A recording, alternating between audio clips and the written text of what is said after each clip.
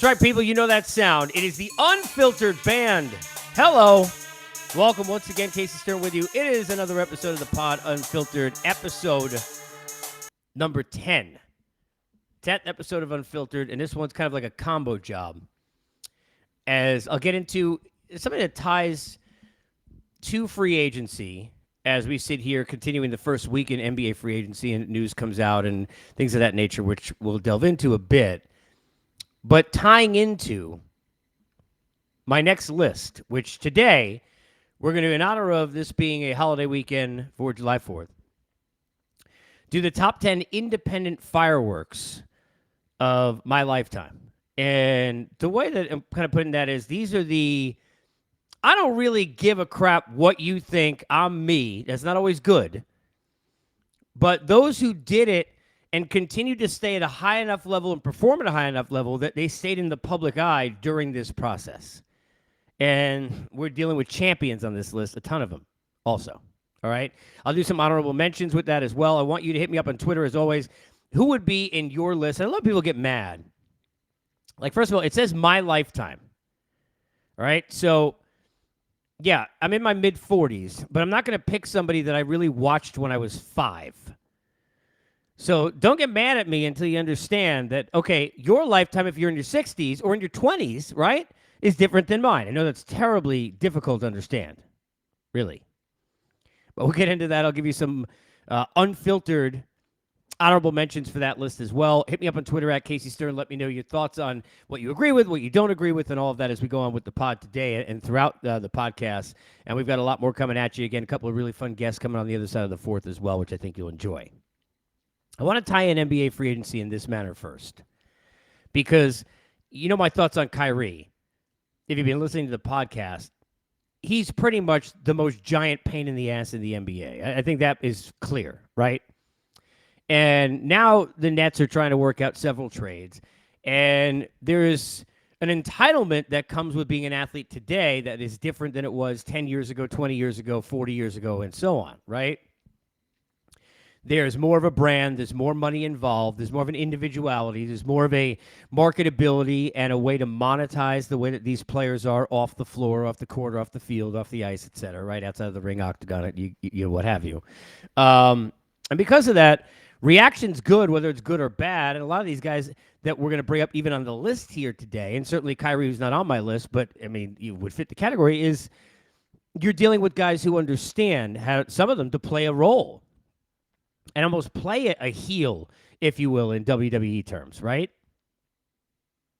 There are guys like Draymond Green, who's an honorable mention for me. He doesn't make my top 10, who I really dig the dude, and I like him, and I love the way that he is, because we're going to talk about this a lot today, that, you know, we don't really know what we want from our athletes, but what I dig about Draymond is that he really doesn't give a crap. Now, he cares about winning, and he cares about his teammates, and he cares about playing hard, and that's where you have to care.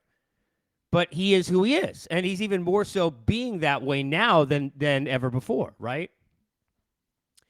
And when you're vocal and you're outspoken, even I've dealt with that to some extent, it's like, you know, what do people really want?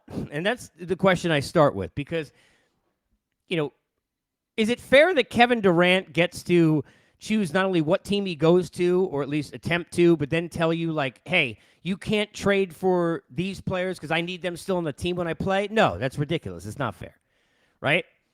But there's a level of street cred and sweat equity that you get from being Kevin Durant. And then there's that, okay, you know, gray area, because everything is gray area, of whether or not that's enough of an excuse or a reason for it to be palatable to you what he does, right? Kyrie saying we don't need a coach, that's asinine. Doesn't matter who the hell you are. And it's certainly not going to ingrain you with anyone, I don't think, in any sane community. And I hate that, you know, I get it. There's like this camaraderie, especially in the NBA, with like all these guys have, you know, whether it's like, you know, partners in agencies like Clutch or shoe deals or, you know, with Nike or whatever it is, where like you can't, you know, talk shit about like certain guys because they're like with you in like other groups, even if they're not on your NBA team, they could be on another team. From a business perspective, it's like, I wish I really could find out what every NBA player thinks of this guy, right? For Kyrie, for example. But it does bring the question, and this is something I wanted to bring up before I get into this list, because it is kind of something that ties in. What do we really want from people? And I didn't say athletes. Notice, I said people, right? In my experience, and I'm not, generalizing is a terrible thing. So I don't want to sit there and generalize and say it's everyone, right? A majority of people I've met in my life, in sports or out, will tell you they want authenticity, they want honesty, they want brash, they want upfront, they want New York, basically, right? Attitude-wise. 100% say that. In my lifetime, my life experience, less than 50% can handle it. And it's probably far less, right? Less than 50%, probably far less, act that way. And then you create a culture in life, again, I didn't say athletes or sports, in life where we all half-ass what we really think, even if it's in our heads. We don't put it out the mouth. We don't tell people whether we care about them or not, or we're in the public eye or not.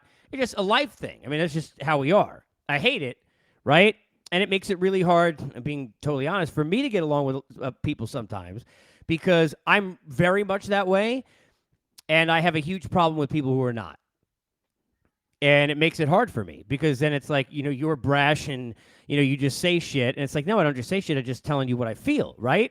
Like, isn't that what you want to know? Like, when, it's like, what was it? That movie, like, whether you go to, like, What Women Want or Being John Malkovich or Herman's Head, for crying out loud. I don't care. It's like, do you really want to know, or do you want to have to, like, try and dissect it in your own head, what you think I'm thinking, or don't you want to know what I'm thinking? Well, when Kyrie says that we don't need a coach, we don't want to know what you're thinking. Right? So a lot of times we ask for athletes to, like people, because I know it's crazy, they're people, but we ask for athletes to be honest. We ask for athletes to give it to us real, give it 100, right? And then we don't get 100, we get like 87, and I don't want to hear about 110%. Or we get like 37, and then like they left certain things out, or they got burner accounts because they're insecure. I mean, most of the guys that are at the highest level, the irony is they have the biggest insecurities because, and it's kind of understandable, people, their vulnerability of what they're doing, whether they're a performer, an actor, a rock star, a musician, a basketball player, baseball player, whatever, tennis player, doesn't matter. They're out there, they're on their own. Tennis players on that court, right, in Wimbledon, like they're out there not only fighting for their career and everything else, but their family and their coaches and make everyone proud. They're doing it in front of millions on TV. They're doing it in front of thousands who are in the audience and people out there on the lawn who are cheering and all that other stuff. And that's a vulnerability that's just different, right?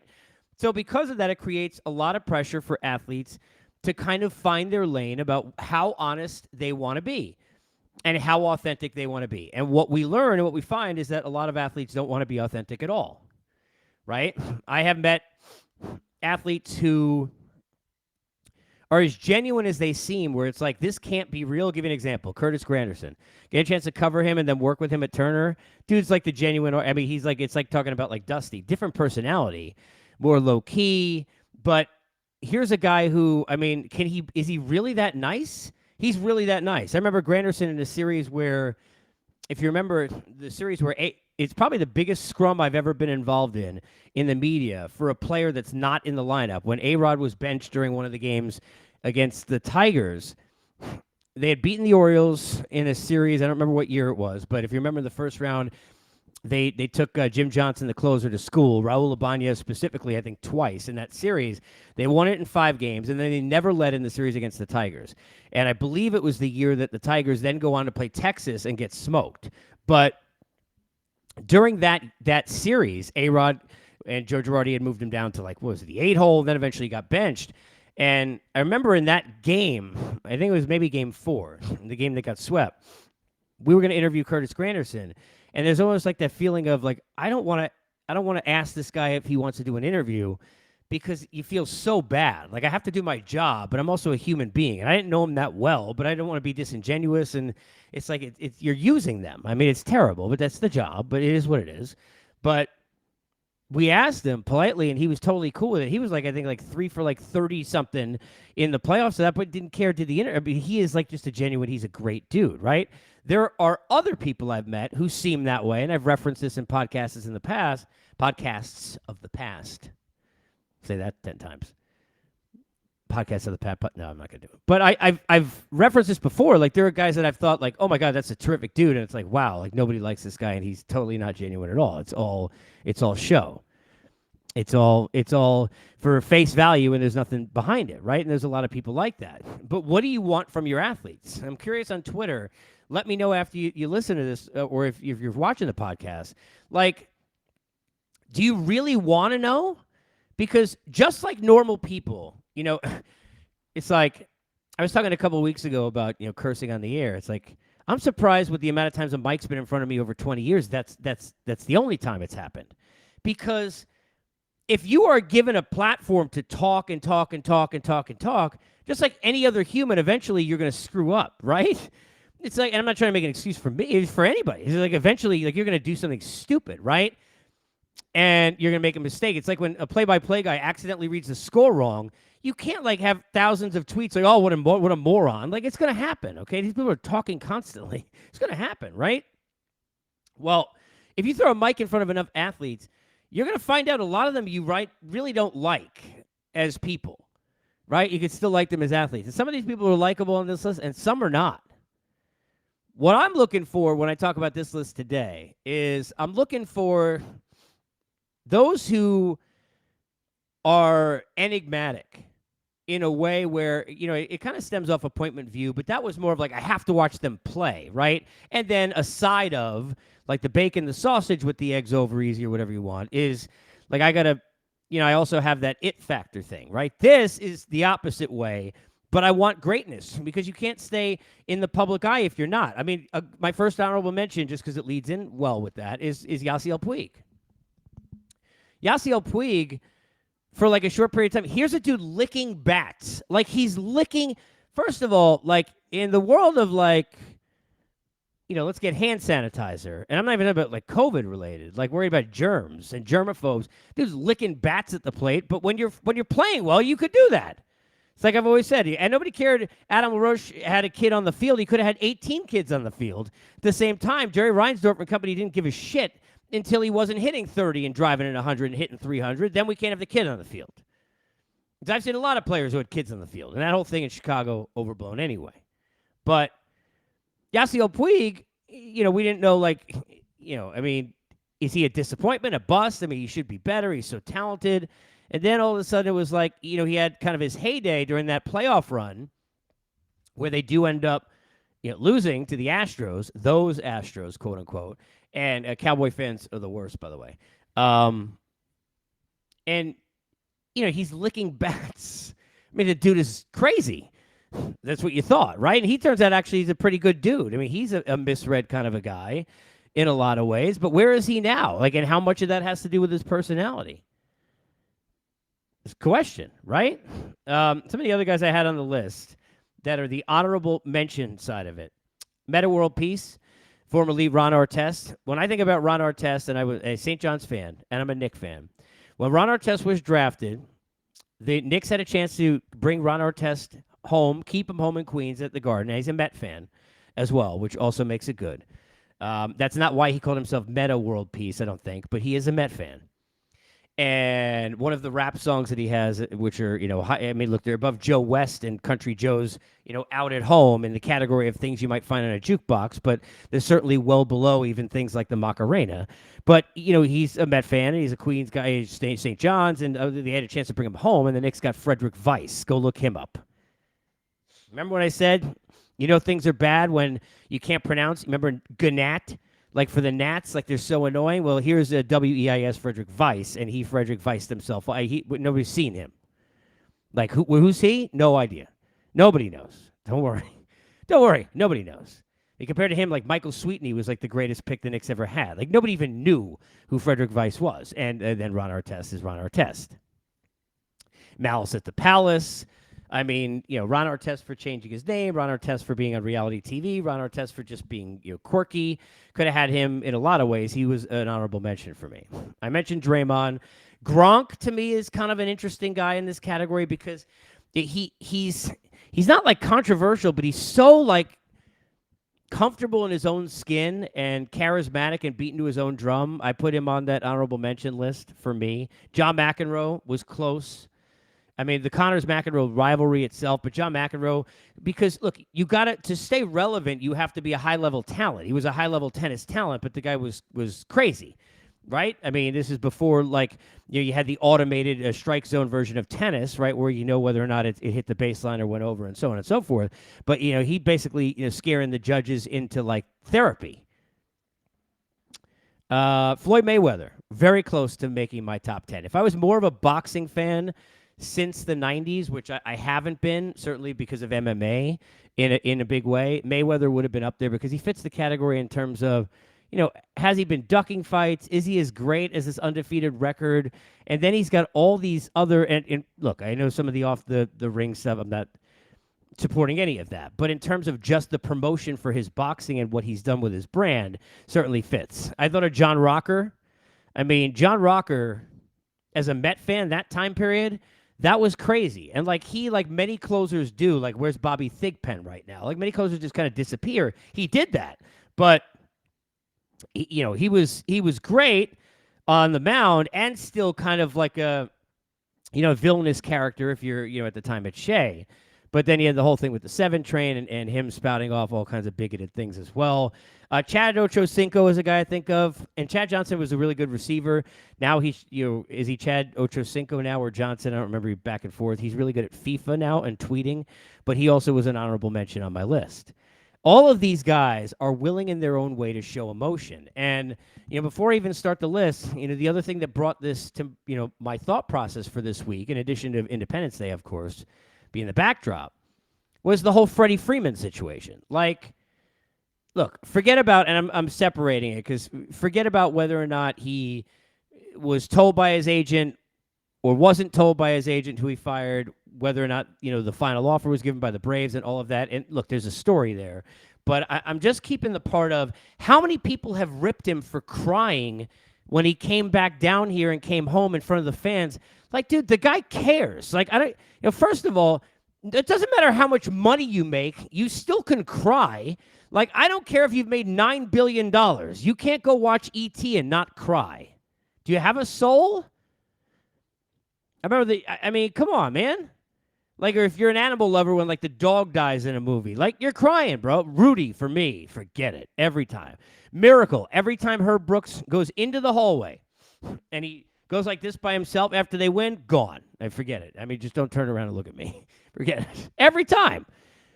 Like, we're not allowed to cry? Why? Because you're an athlete? I can't be an athlete. Like, I mean, how stupid and caveman-like centric bullshit is that? It's ridiculous. That part of the Freddie Freeman thing is, we're seeing articles that I'm reading about, people getting on him for, like, the emotions. Like, shut up. You people are just jealous that he's making all that money. Like, he's not allowed to turn down money. He's not allowed, like, if any of us could make more money, we're making more money. That doesn't make us bad people. That's not a political thing. That's not a thing about what kind of human you are. The guy's got a family. He grew up on the West Coast. He went out there. He did what he did. The Braves let him kind of hang out there. The Braves let him go speed dating. They shouldn't have done that in the first place. And they could have avoided that years before. Not days before or months before, but years before. They could have avoided that. Didn't avoid that. That's not his fault. Now we're getting mad the dude was crying? Really? Come on, man. That's weak. That's bullshit. Sorry. All right, so again, this is a personal list. People hate it, and it is what it is. This is what I got. Number 10, I got Manny Ramirez. Now, it's a little personal because I covered him.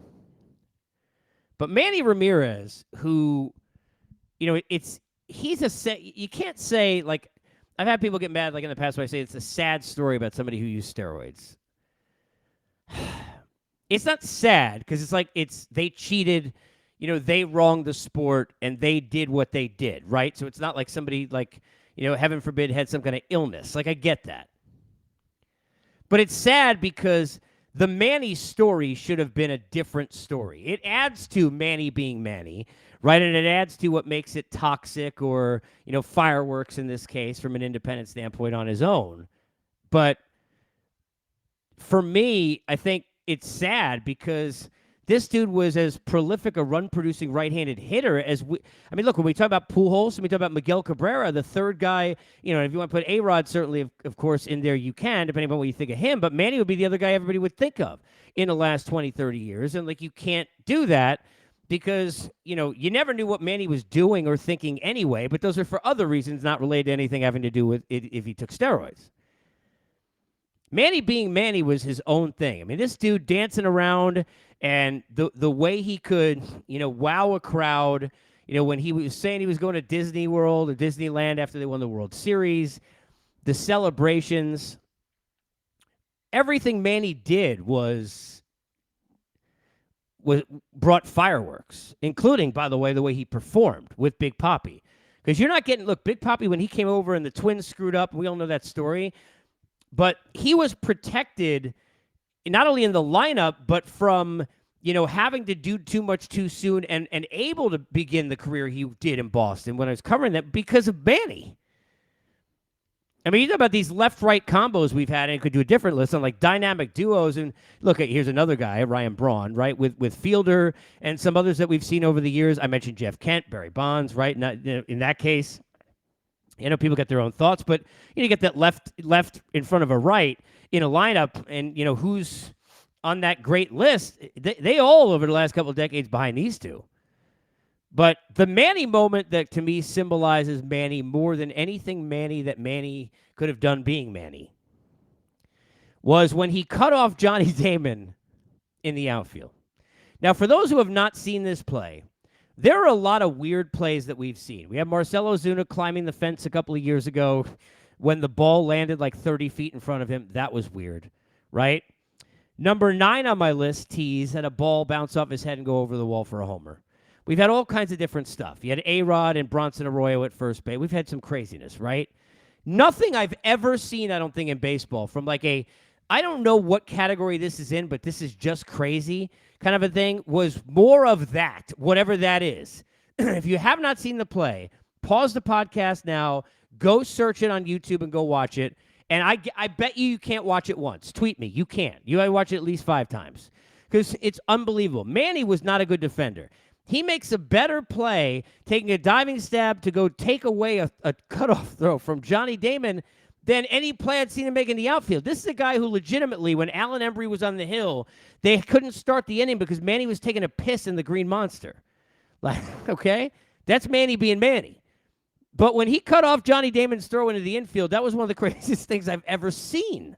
Legitimately, if this was a video where we were doing this for TV, I edited and rolled that in, and we just go over that, and we diagram a John Madden, boom, he's on his back, X's and O's, the whole play. Because the whole thing is it needs the czar of the telestrator, my guy Mike Fratello. I mean, it's crazy. It is legit nuts. Manny at number 10. Number 9, Jose Canseco. Jose Canseco was a guy who was an independent fireworks guy when he was part of the Bash Brothers with Mark McGwire. He was a guy who always got the attention, look, for a lot of reasons, right? Good-looking dude, got a lot of attention for that. He was in, the athlete heartthrob category. He was built like he was like a Monstar, right, from Space Jam. You had all of that. And then you had, the home runs and the World Series run. And then you had all the other craziness, like the ball bouncing off his head, and then the steroids, and then, of course, everything with Balco in the book. And even though Jose Canseco was the guy who was on Surreal Life, and you can't believe any shit he says, a lot of the stuff he said was right. Just because it's a bad source doesn't mean it's a good piece of you can't get a good piece of information. Really good people. I consider myself a smart person. I've done dumb things.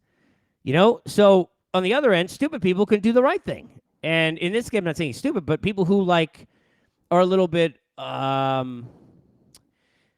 lacking what you would consider to be the greatest of integrity to that point can still say things that are true, and he did.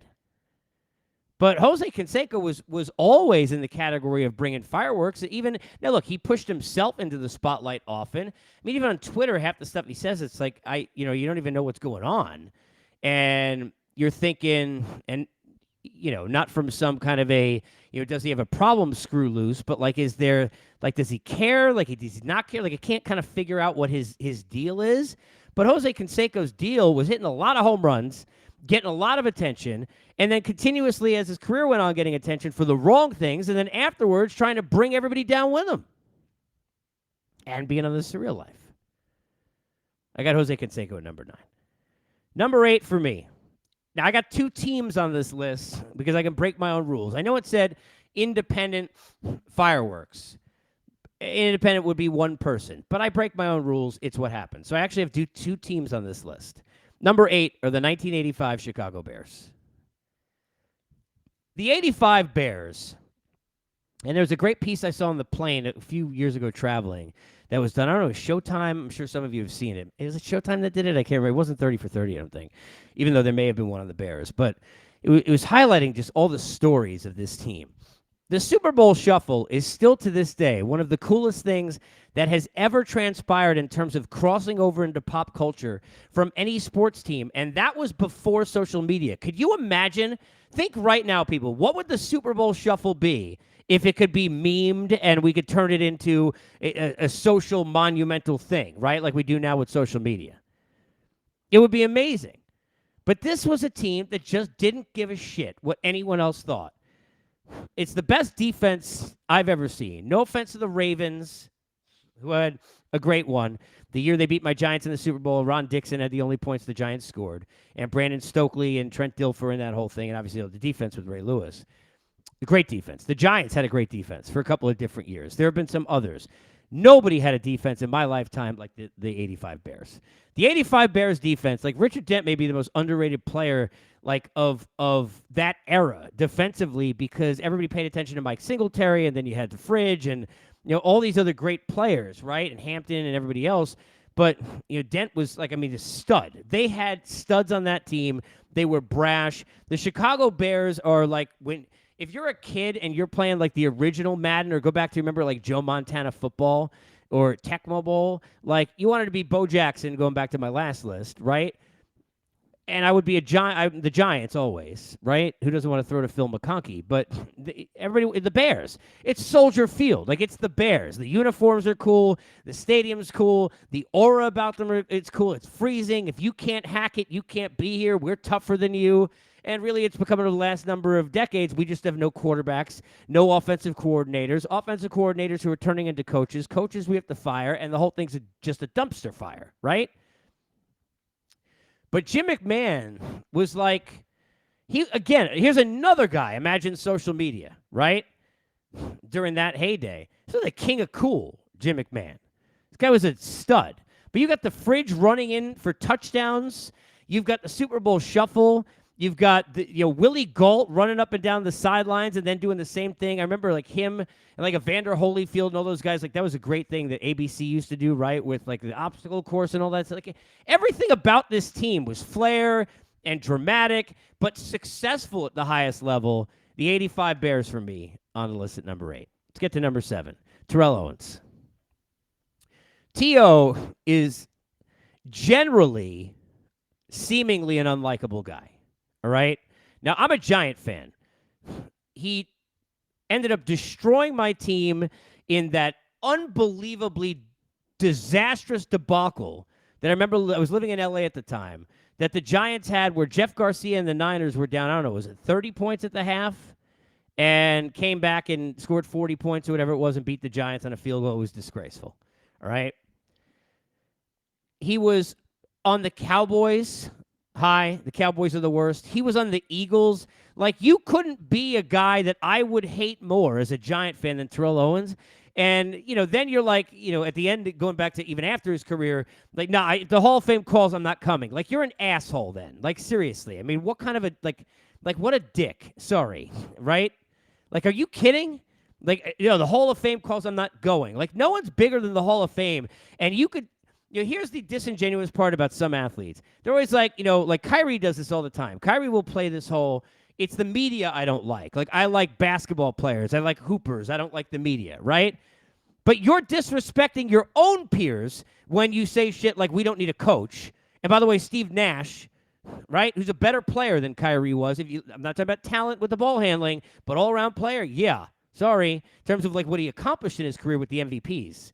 Right? Now, you could say, was it Mike D'Antoni and the offense? They couldn't play defense. Why didn't they win? But Steve Nash was a dude, okay?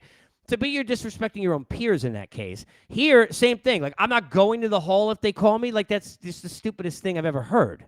Right? It's one thing if you're Kurt Schilling, you're afraid eggs are going to get thrown at you. Terrell Owens, like, no, you didn't get me there quick enough. Like, really? But he is kind of an underrated player.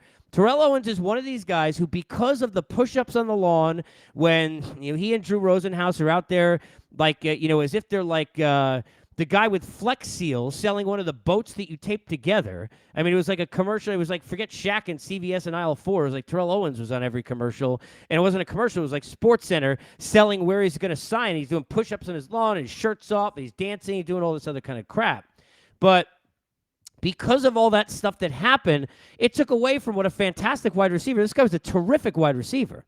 I mean, if I was a quarterback, I would have hated his guts. He talked shit about every single one of them, including Jeff Garcia, and then Donovan McNabb, who's a very likable guy, saying that, like, hey, we would have won the Super Bowl if this dude, like, could have kept his, like, his cookies down, right? I mean, basically, like, tossing the guy out under a Zamboni, saying, nah, he was throwing up, he was too nervous, that's why we didn't win. I mean, come on, you can't do that. That's horse shit.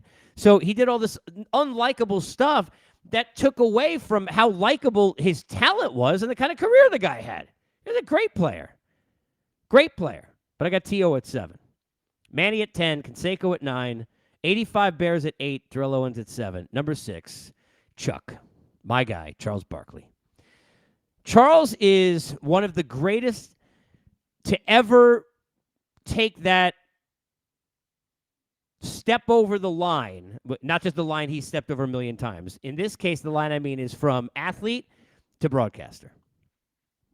He has been, and there are a lot of people, including my dude Tim Kiley, who's one of the great producers of all time, who produced it with that show, and all the people who are still on it, and the crew. But that show is Chuck. I mean, he's the show. I mean, he is that show. Inside is Chuck, and I mean, look, Ernie's fantastic. They're all fantastic, but I've seen it myself. I mean, it is what it is, right? This dude is like everywhere he goes. You remember when I said, like, Charles Haley? Like, he's the Charles Haley of you can put him on any broadcast. That's why you could put him on golf when they have the match. You could put him on the college basketball. It's like people for 3 seconds are like, oh, Chuck don't know college basketball. And then he says something stupid and you don't even care. The guy's never used an ATM machine, legitimately. Never has used an ATM machine. He told me, and he's older than me, only about 5-6 years ago, on air, that he thought his whole life you're supposed to swallow gum when you're done chewing it, okay? Like, he's a different kind of cat, but the guy, and he's also a terrific guy and humble more than you think. It's not all shtick, but he's a really actually a humble guy and a really nice guy and great with crew and great with people and doesn't treat you like he's different or better than you are. But everything he says is viral, everything, because he can say things no one else can say. Now, Shaq's in the same category, and there's some other guys certainly in this business that are that way. I mean, Stephen A. could say some stuff that I can't say, so on and so forth, right? It depends what your platform is and who you are. But Charles says stuff no one would say. And Charles says it about athletes, and he was one. And it's like he totally breaks that code. Like, guy code, like athlete code. He breaking that. Doesn't even matter. And you go back to him. Look, the Dream Team had, and it's one of the great documentaries of all time, right? But like the Dream Team had Michael Jordan, Magic Johnson, okay? Larry Bird. You're talking about like the greatest players ever. And Chuck's in that category, top 75 guy and all of that. But go look at the documentary. The whole thing's Chuck because he's the most entertaining. He jumps off the page. With all the conversation, like before they beat Angola, who's doing all the talking? Charles Barkley. In all the practices, who's doing all the talking? Charles Barkley. I mean, he was that way, the round mound and rebound during his career. He was that way. I mean, he was a fantastic player. He's an all-time player. And at his size, height-wise, to do what he was doing is it's amazing. But everything he does is viral. He is independent fireworks. Fits the category as much as anybody. Could have been higher. I got Charles at 6. Manny at 10. Canseco at 9. 85 Bears at 8.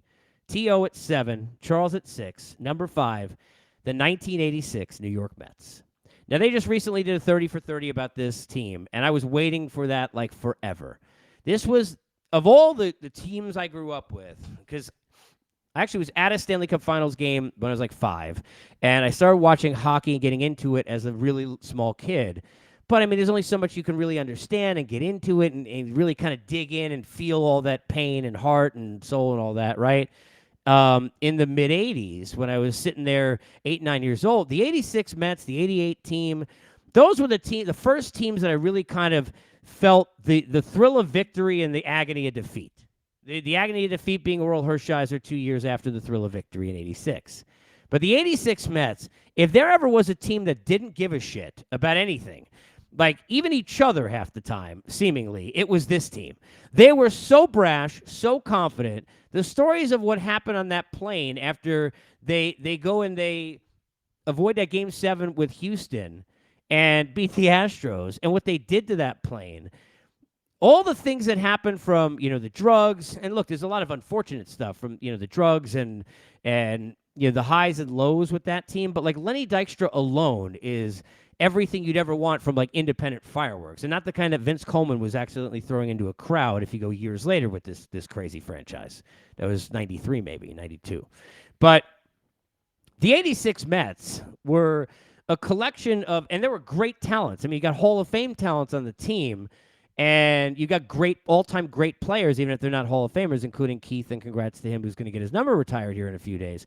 But the '86 Mets were the epitome of and Davey Johnson was just the perfect guy for that team because he buffered, at that point as a manager, you're the buffer between, I got to keep you guys together enough. And I saw this to a different extent, covering on a day-in, day-out basis the '04 Red Sox, what Tito did with them, with the guys who called themselves, I'm not saying it, Johnny Damon wrote a book about it, the idiots, right? You've got a buffer between that team and everybody in the outside world because half the shit that's going on is we don't even want this public because they're just crazy. But I got to get you together enough to like each other enough and to be sane enough to play. And then I got to kind of keep the owners and the GMs and the media happy. So I'm it really is not an easy job. And Tito did it to, perfection in '04. And I thought Davey Johnson in '86 with the Mets. But the '86 Mets, forget it for a million reasons. They're in there at number 5. Number 4, Dennis Rodman. He could have easily been number 1 on the list. The reason I didn't put him at number 1 is only because I felt stronger about the 3 that are in front of him. The 3 that are in front of him they're all 3 are higher level ability guys, performer, and all-timers in their sports, in 3 different sports, than Rodman is in the NBA, even though he was an underrated player who could have scored more, and we saw games where he would break out the jumper and people were like, wait, he's got touch, he could hit mid-range, he could, right? Dennis Rodman, it doesn't even need explanation because you can go from trying to talk to world leaders, you can go backwards, being on The Apprentice, then you can go to leaving his team, not telling them where he's going to Vegas, wearing dresses, having weird I don't even know what kind of things that he was doing on TV. He is the reason for TMZ, pretty much. Being on reality television all over the place. Has he been on Top Chef? Maybe it's the only one he's not on. But he also on the floor was wreaking havoc, and he was a tremendous player, so he stayed relevant. Part of the bad boys, right? He was with the Pistons. That's where he kind of grows into his own, and then he just went out on his own. It was we're on Earth, and Dennis Rodman, wherever the heck he is. But he's kind of likable in an odd way in a lot of ways because it's so kooky and so crazy that you're the guy's comfortable in his own skin. And for me, I love that. I hate people who are fake. I don't use the word hate often. I really don't.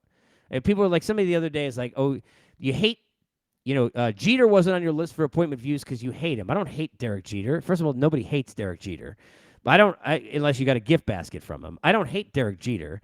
I don't even hate Chipper Jones. I like Chipper Jones. And he did way worse things to my teams than Derek Jeter. I hate the New York Rangers, but it's not an individual player. It's the team. I hate fake people. I will use it for that. Dennis Rodman's the epitome of he just is who he is. In the 30 for 30, in the doc that they just did with the Bulls, right? Which is amazing. And everybody loved it. The stuff with Rodman, there are still so many stories we probably don't even know, that Phil Jackson and others could tell about what it's trying to wrangle this guy. It's honestly, it's be a lion tamer trying to figure him out. But Dennis Rodman on the list at number 4. Number 3, Conor McGregor. Now, I know this is going to probably tick some people off, and they're going to say he's way too high, and they don't like MMA.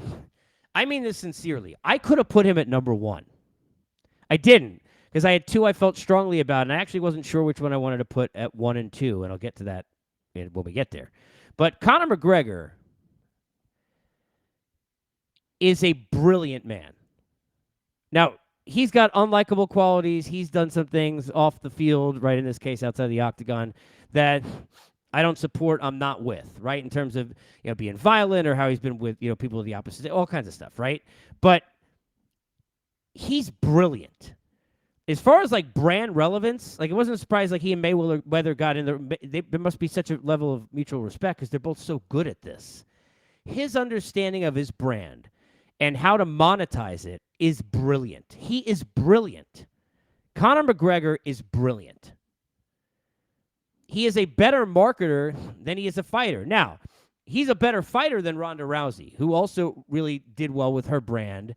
And then it turned out, like, it wasn't that she was bad, but it was a really underdeveloped group of women at that point because they were just getting into the sport, and then they've got to be young enough or learn or move over from other combat sports and then figure it out and then work their way up, and then eventually they all passed her by. Conor McGregor was better than that. There's a reason why he was a champion. Doesn't seem to me at this point in his career like he has the hunger that he used to have, but that's human nature. Like, nobody can get I love it. Nobody can get on the guy. Like, now he's got, like, forget about, like, with the whiskey and all these different things that he's hawking that are his own brands and all this stuff. But, he basically, like, Brett Favre, right? Think about who Brett Favre is. Like, Roger Clemens. These are the only other guys who can, like, retire and unretire and have it, like, immediately be it, like, breaking news on SportsCenter or wherever the second they say anything. This guy has, in a sport in MMA, you can make a case, maybe it's not even on ESPN. Maybe we don't even have it nationally, the level we have it right now, if not for this guy. Everybody thought Ronda Rousey was that person. John Jones, not that person for me. Anderson Silva, love him. No. It's Conor McGregor. Now, is he bigger than the logo? Like, as he, was kind of putting it today? I don't know if that's the case. But why does he cut? The question of, like, why does he cut the line when he doesn't deserve a title shot is like going back to a couple of podcast episodes ago. Why do people in Colorado still ask me, how are we not on primetime when we had a better record than the Yankees this year during a playoff run? Like, are you kidding? Like, they're putting the Dodgers and the Yankees on at 7 and 10, and you're on at 2:30 in the afternoon. You got to just eat it, dude. Are you kidding me? But it's the same thing. It's like Conor McGregor sells, but it's him. It's the brand. He's not near the fighter he used to be. Forget about just the fact that he's older and worn down. I don't think he's putting his fighting business into the prioritizing that he does with family now that's been growing for him with kids and with his own personal monetizing of business and his brand. But this guy he's fucking brilliant. This guy's brilliant. He is brilliant. And is such an independent fireworks, anything he says, anything he does. And I love watching him do anything. I love Conor McGregor. I mean, it just, you really shouldn't. And like you do. It's like watching The Shield and rooting for like Vic Mackey or Stone Cold Steve Austin when he was in like WWE or something. It's like, is he supposed to be bad? Why do I like him? McGregor at 3. Number 2 is Allen Iverson. I've said this many times. There are certain guys that we overuse a lot of things in sports, a lot of comments and different things. One of the more overused terms and things we say, he changed the landscape of the sport. He changed the way we view a sport. He changed the way the sport is moving forward. Now, Steph Curry, we could say that, right? There are certain guys we could say that. Certain defenses and certain coaches, right? You can say that about Allen Iverson. And I could also say this. Thank God he was a basketball player. Because if AI was a baseball player, he would have never existed. They are so afraid of marketing their own talent and anybody being different. I mean, they can't really wait to see who number 1 is, but you would be surprised if anybody on this list. Because they don't allow anybody to be that. Right? Allen Iverson didn't want to dress like anyone else had dressed. He didn't want to wear short shorts. He didn't want to... he wanted to beat to his own drum. And I say drum, I go into music and I ask you this. is there anything greater than the tie? Like, we think about fashion, but how about the tie that you have between the NBA and music, right? It is such a big thing. Allen Iverson was a huge part of that. Allen Iverson was gonna be different and do what he wanted, and he wasn't gonna sit there and look like somebody that was on black and white TV just going through the motions. He was gonna do his own thing. What you talking about? Practice was not just in that practice, but in his whole life. They played his ass off. He was an unbelievable player, but everything about him was, I'm me and I don't give a shit. You think I'm too short? Watch me. I remember watching him at Georgetown. And I don't even remember how many steals he had in the tournament. But the last tournament he was in, where he's like, every time somebody else had the ball, he's stealing it. And it was like, this guy is just, he is appointment view, could have easily been on the other list I had, and enigmatic and different, and isn't apologizing for it at all. And in a sport that's about, a lot of times, right, guys who are way taller than him, here's a guy that's diminutive in size, and certainly that's something that, like, I resonated to, but diminutive in size who, like, I'm going to force you to watch me, I'm going to be the loudest guy in the room, but I'm also going to have the loudest game in the room. So I'm bringing both. Good luck at me, right? And Iverson brought both. Here was a guy who had the loudest game and the biggest mouth, but he was brash in what he wore. He brought, music and culture into the game. He was different. And to me, the fact that he went to Philly is like the greatest match ever. It's a city that, look, I mean, I give it a lot of crap in terms of throwing batteries and, snowballs at Santa Claus and all that stuff. But it's a great sports town. It's a blue collar, tough nose, get down in it, like, very much the way New York and Boston is, but more so even. And he epitomed that more than anybody. Allen Iverson was going to the hole. If Allen Iverson played now, he could score 100 points a game. I remember telling, and I only worked with him a couple times, Rod Strickland, who is one of the more underrated point guards to me of his era, and ball handling wise is like a top 5 guy that you've ever seen. So people don't realize how good this dude was, but he could have scored 100 points if he wanted to in today's day and age, because they don't touch you when you get into the lane. That's why so many small players are having so much success. Like, everything is a foul, or the defenses don't rotate, and there's so many easy baskets. Allen Iverson would have scored at will. Forget about everybody used to complain sometimes, like, he was like the Kobe factor, may he rest, like how many shots he took. How many shots would he take now? I'm not giving Aaron McKee the ball when I could go. He could be and one every 5 seconds. But Allen Iverson dared to be different. Allen Iverson was his own guy, AI. It wasn't Allen. It was AI. I love what he brought to the table. And to me, everything about him, it fits this category. I got him at number 2. Number 1, Barry Bonds. Barry Bonds, clearly, you could go backwards. Fits the fireworks because of the home run display.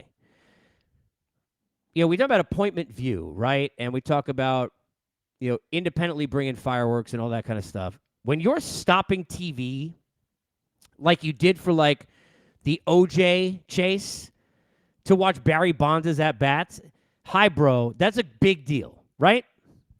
But Barry Bonds' whole career was that way. When he first came up, very similar to Allen Iverson.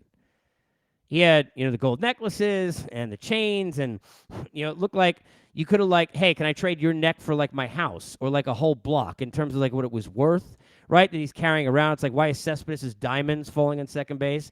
And for those who have not heard this story, because it is hilarious, for those who remember Cespedes when he dropped the diamonds, when I saw his dribble Cabrera, and I don't remember, been on so many teams recently, the Nationals championship run. During that postseason run, I asked him, and I don't remember if it was on or off the air. It wasn't a secret. I think it was on the air. He didn't care. He said I could, because I remember saying it on the air. He didn't care. And that's for early reporters. Make sure you know whether or not somebody is looking to care if it's something that they want to bring up or not. But he didn't care.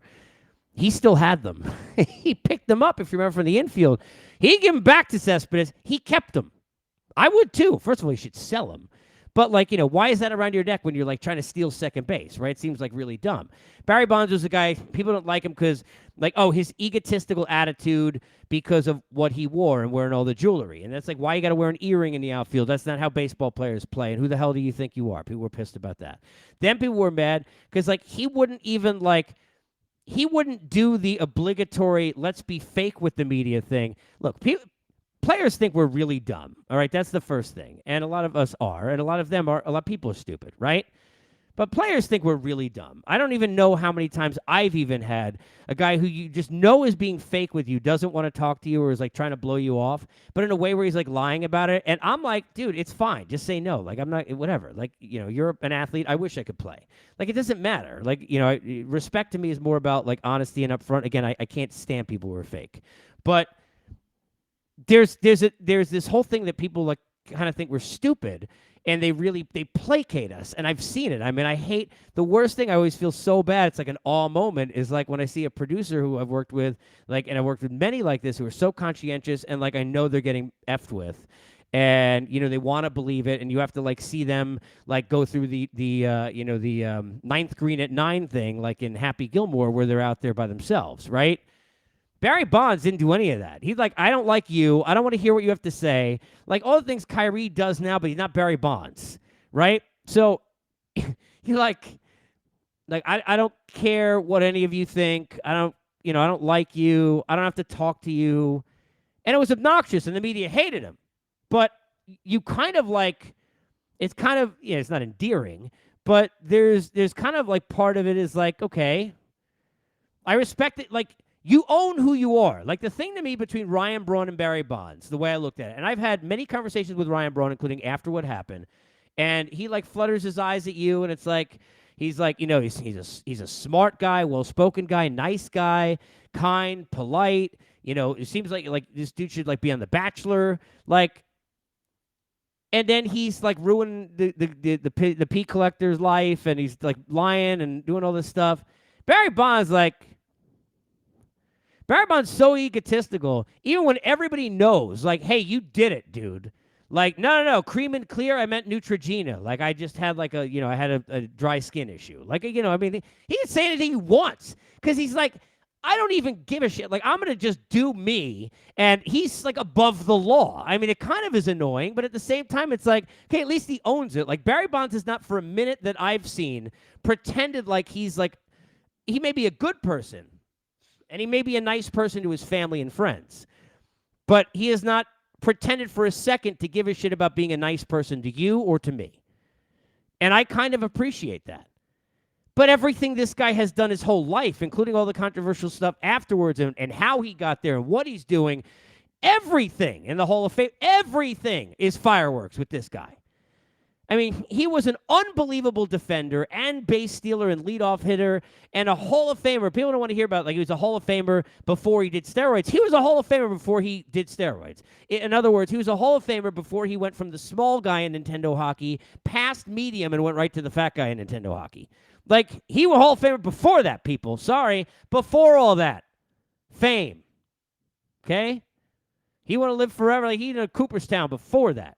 I even just, like, spit up a little bit. Not like Gerber baby food, but on my microphone. This was a dude. But from day one, he just had this attitude of, like, I'm just going to be who I am, and you don't like it, shove it. Now, to me, the part that's tough is you are obligated when you're part, and whether you like it or not. Look, the league is doing stuff for you too. Baseball, not as much. We've discussed that. But like, there's an obligation of like, what do I owe the league? What do I owe my team? What do I owe my teammates? Here's another guy who had just the right managers in Jim Leland and Dusty Baker. Just the right guys at the right times in those two guys. Anybody who knows those two are just they're the right dudes to deal with Barry. But you wish he, like, kind of got it a little bit more. Like, you don't have to placate the media, but, like, understand and respect, just like you want, because it's not a two-way street. Like, for him, guys like him and, like, guys like Kyrie, there's, like, I want the media asking us shit. Like, they always think we dumb questions, like, not enough X's and O's, and then somebody tries to get nerdy, and they say the wrong thing, and then they get on you for that, right? Well, if you want me to respect, hey, you know the game, it's your game, let you go hoop, then you got to respect, I got a job, I got to cover the game, I got to tell a story, and I got to ask you a question and get a straight answer. Anything unfair about that? Don't think so. Number 10, Manny Ramirez. Number 9, Jose Canseco. Number 8, the 85 Bears. Number 7, T.O. Number 6, Chuck. Number 5, the 86 Mets. Number 4, Dennis Rodman. Number 3, Conor McGregor. Number 2, Allen Iverson. Number 1, Barry Bonds. And episode number 10 of Unfiltered in the can. A couple of big guests and episodes coming up. At me at Casey Stern on Twitter. Who would you have on the list? Get in touch with Believe, myself on our YouTube channels, and let's keep the love going, except for the Cowboys, because their fans are the worst. Enjoy your holiday weekend.